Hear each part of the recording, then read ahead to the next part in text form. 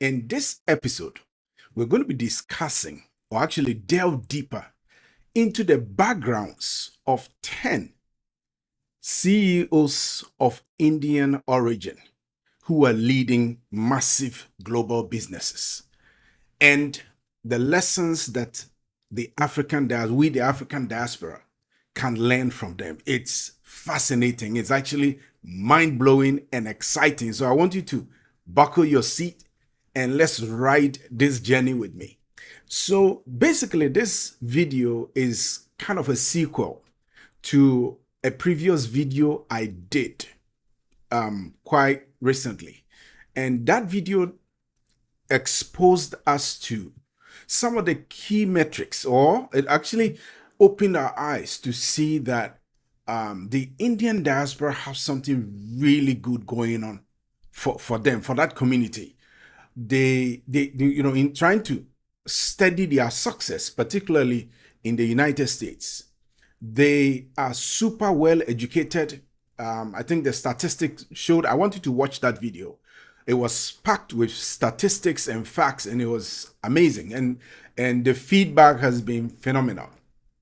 So, just to quickly unpack that, it's like 78% of all Indian diasporans in the United States above the age of 25 hold at least a bachelor's degree, or in Europe, they will call it a first degree.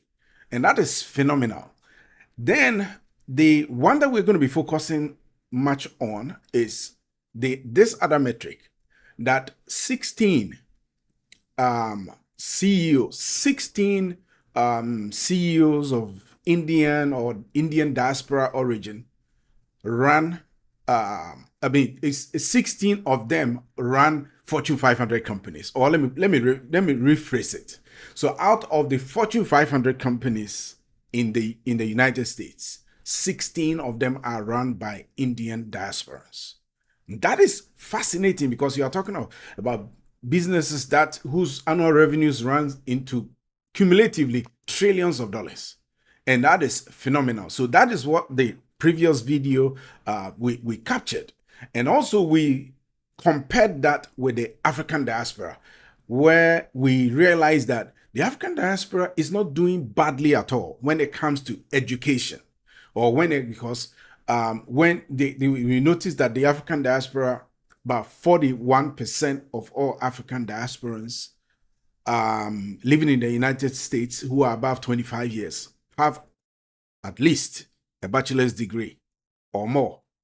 So that's not too bad, judging that the national average for the United States for those who have a bachelor's degree above the age of 25, it's around 36%. So overall, Africa, we're not doing badly. But when you actually you actually peel it, to get into the meat of it, and you pick them country by country, then we have African countries like Nigeria running at 64% in terms of the percentage of the diaspora, Nigerian diasporans above the age of 25 living in the United States. 64% of them have at least a college degree.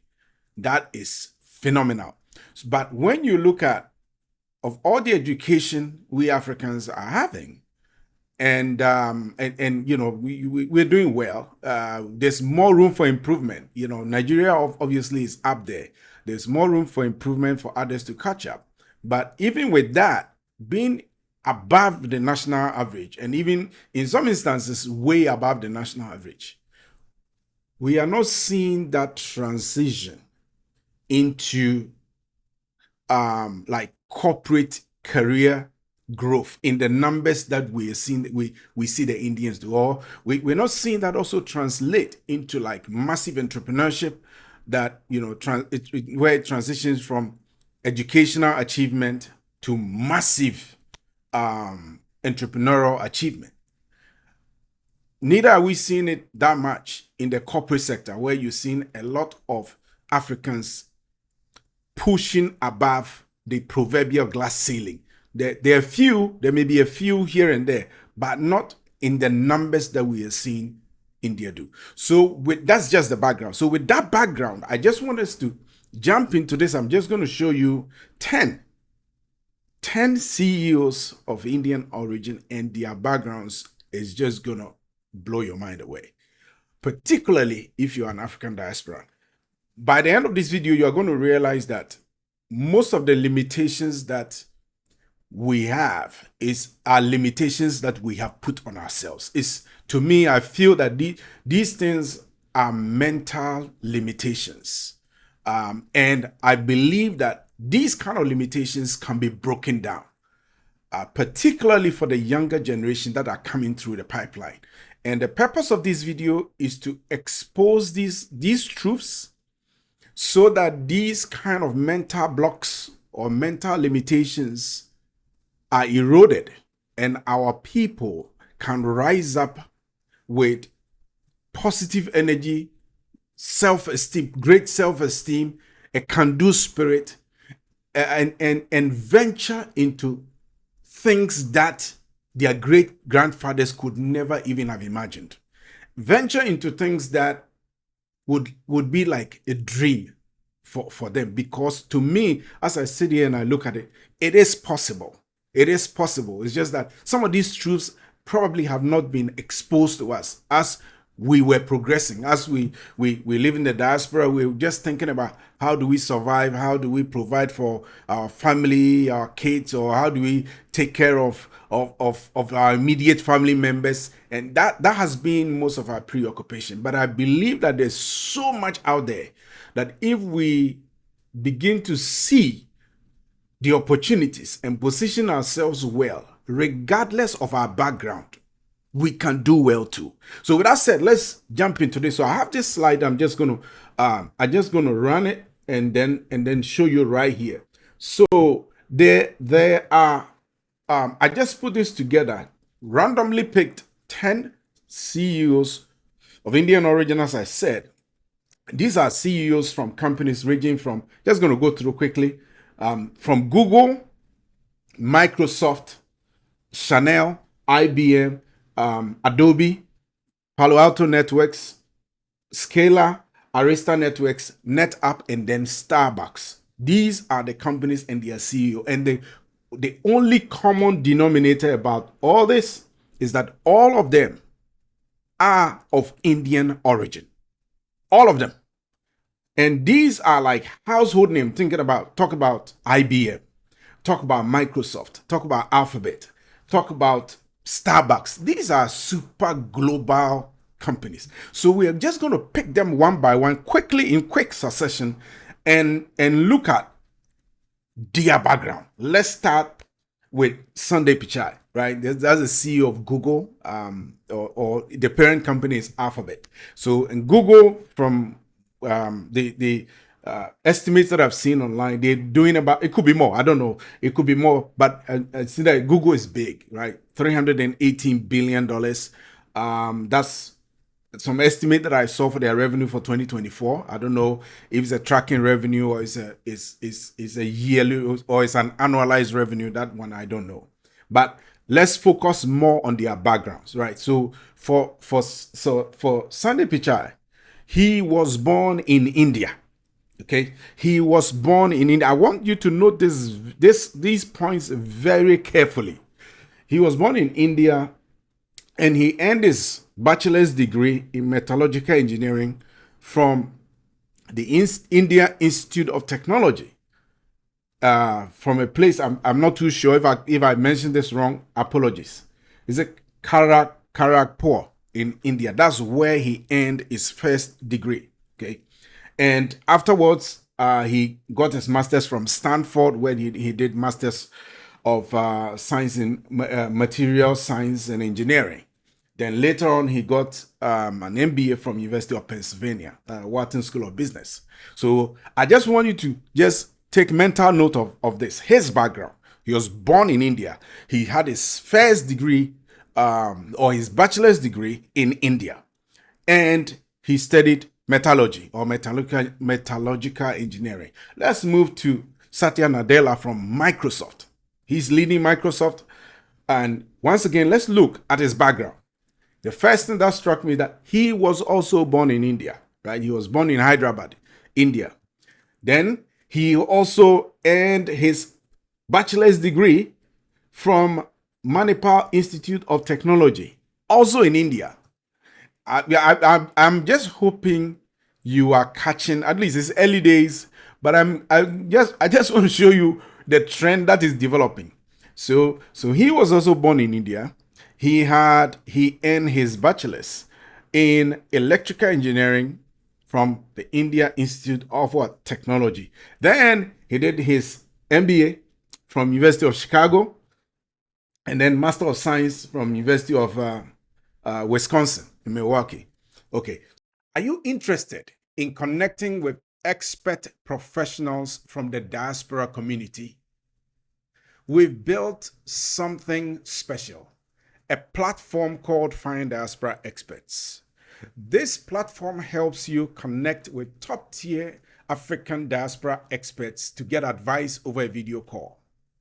The use cases for such a platform are many, but let's just run through a few. The first one is this could be used as an expert resource for corporate training. It could also be used as a resource for keynote speaking engagements, also for executive coaching, for special consulting services, and then last but not the least, as a pool of expert talent for recruitment. So if you are interested in being the first to know when we onboard new experts or when we launch new expert-led cohort-based courses or training programs, then click the link in the description below to join our early access list. Thanks, and let's move to the next.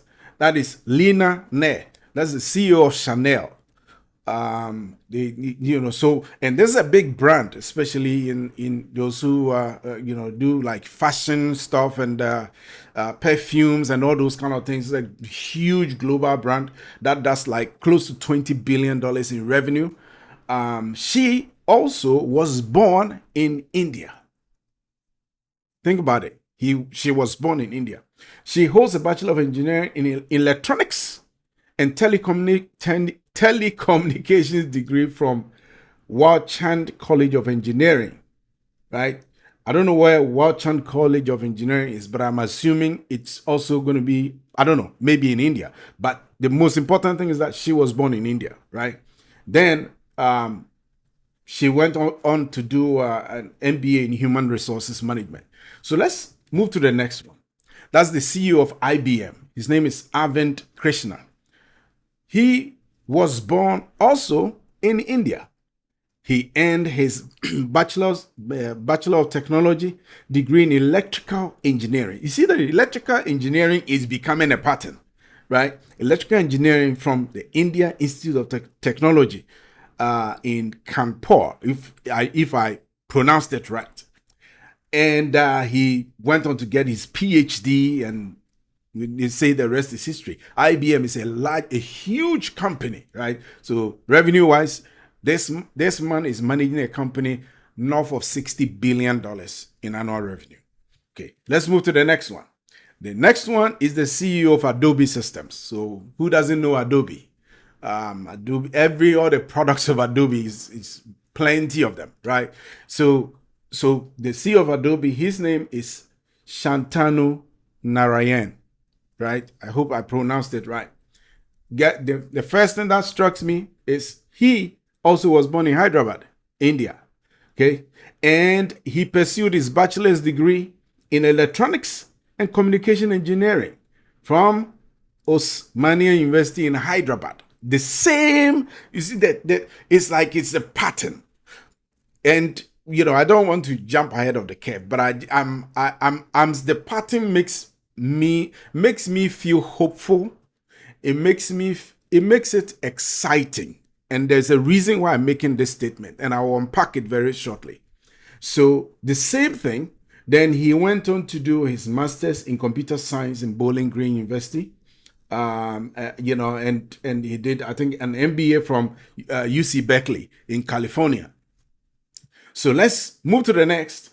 That is The next one is CEO of Palo Alto Networks. His name is Nikesh Arora. Let's look at where Nikesh was born. He was born in India.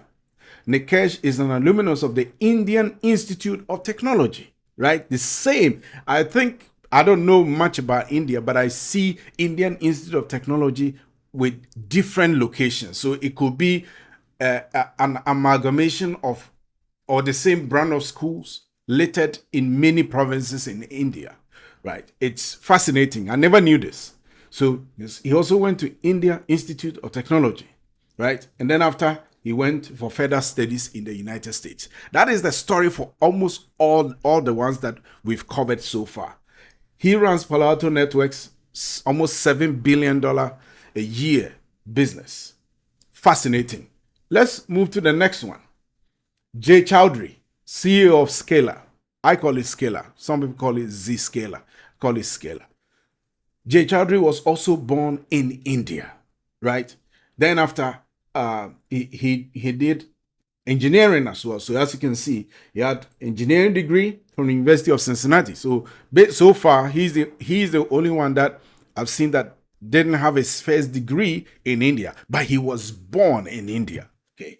Then afterwards, he did his MBA from Harvard. He runs Zscaler, which is a $2 billion a year company. Let's jump on to the next one. Next one is the CEO of Arista Networks. Her name is Chri Olal. Apologies if I didn't pronounce the name well. It's a $5 billion a year company led by, I'm happy about this because she's a woman. And so far I've seen her and the CEO of Chanel being women. So women representation, more power. So once again, she was born in the UK, but guess what? She was raised in New Delhi, India. So born in the UK, but was raised in India. Then she earned her bachelor's degree in electrical engineering from San Francisco State University, right? And then afterwards pursued a master's degree in engineering management from Santa Clara University. So you can see that. So the only exception for her is that she was born in the UK, but most importantly, she was raised in India. Okay. All right. So let's move on to the next. That is George Kurian, CEO of NetApp. George was born also in India, right? Then he briefly attended the India Institute of Technology in Madras before transferring to Princeton University, where he earned his bachelor's degree in electrical engineering. The same thing, NetApp is valued at like north of $6 billion in annual revenue, and not the value, but the revenue, annual revenue, rough estimate about $6.4 billion that he's running. Okay, let's go to the next one and the last one. This is number 10. That's Laxman Narayen, CEO of Starbucks. So one of the things that you can see that most of the companies that we've covered are tech-enabled, tech-driven, tech companies. Yes, Chanel, of course, is not tech, but Starbucks here too is not tech. Starbucks is coffee, and everything that goes with coffee. The CEO, once again, Laxman, was born in India. He had his bachelor's degree in mechanical engineering from the National Institute of Technology, right? And then he went to pursue his MBA at Wharton Business School, University of Pennsylvania, Wharton Business School. Now, let's unpack this. This is so interesting. The fact of the matter is, in unpacking it, let me just move to this slide. In unpacking it, I see a common thread, and the threads are just two. Basically, the first one is that they are born or raised in India. Okay. Then the second thread is that they have a background in STEM education. This is very critical, very, very, very important. STEM is, I think, is an acronym for science, I think technology, engineering, and mathematics. So that's STEM. So education that is focused on these four blocks: science, technology, engineering, and math. These are the four. So when you look at these CEOs that have just covered their backgrounds, these two things rise up very sharply as a trend. Of all of them, is only one that was not born in India. Why is that important? Because for most in the diaspora, myself included, when I was working in corporate, when we see other people from other backgrounds or people from other cultures or other races doing well, particularly in whether it's Europe or United States, our minds immediately gravitate to the fact that, oh, these people probably were born natively in America. Probably maybe they were third generation, second generation Indians. They probably had their parents struggle for them, and their parents did everything for them. And they speak very nice, wonderful English. They have no accents at all. They have everything going for them. Their parents are very rich and wealthy. That put them in Princeton and Yale and all the Harvard and all these kind of schools. Sorry, our minds gravitate towards that, and we always think that, oh, they have it going for them. That's why they are occupying those big places. Until I did this research, I genuinely would have thought somebody like Sundar Pichai of Google probably was born in America, grew up in America, had some really rich parents behind him, right? Had everything going on well for him. I never knew that the gentleman was born in India, had his first degree in India, and then migrated to America to continue his studies. Is that not the story for almost all African diaspora professionals? Most of us migrated to the developed world to pursue further studies after our first degree. Most. I'll say maybe 80%. A few were lucky enough to maybe move from high school to or maybe to attend high school in America or London or any part of Europe or any part of the developed world, and then did their bachelor's and then their master's and the rest, and they are working.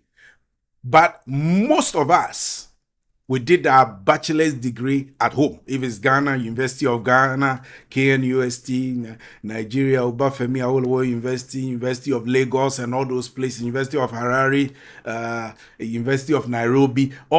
These were the places we all started. We started from there, and then the Nigerians call we japed, right? We japed, we packed our bags, got admission to colleges, and then we came.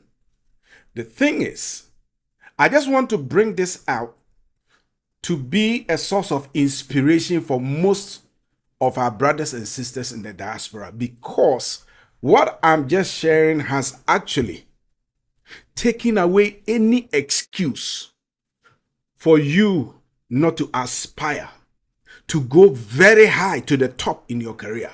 It takes away, it knocks every excuse. Yes, I know there's racism and discrimination and everything. I would bet that if we get the opportunity to talk to these people, although they're from Indian origin, we get the opportunity to talk to people like George Kurian and ask them, have they ever experienced discrimination and racism in America or Europe or whatever it is? They may have horror stories to tell.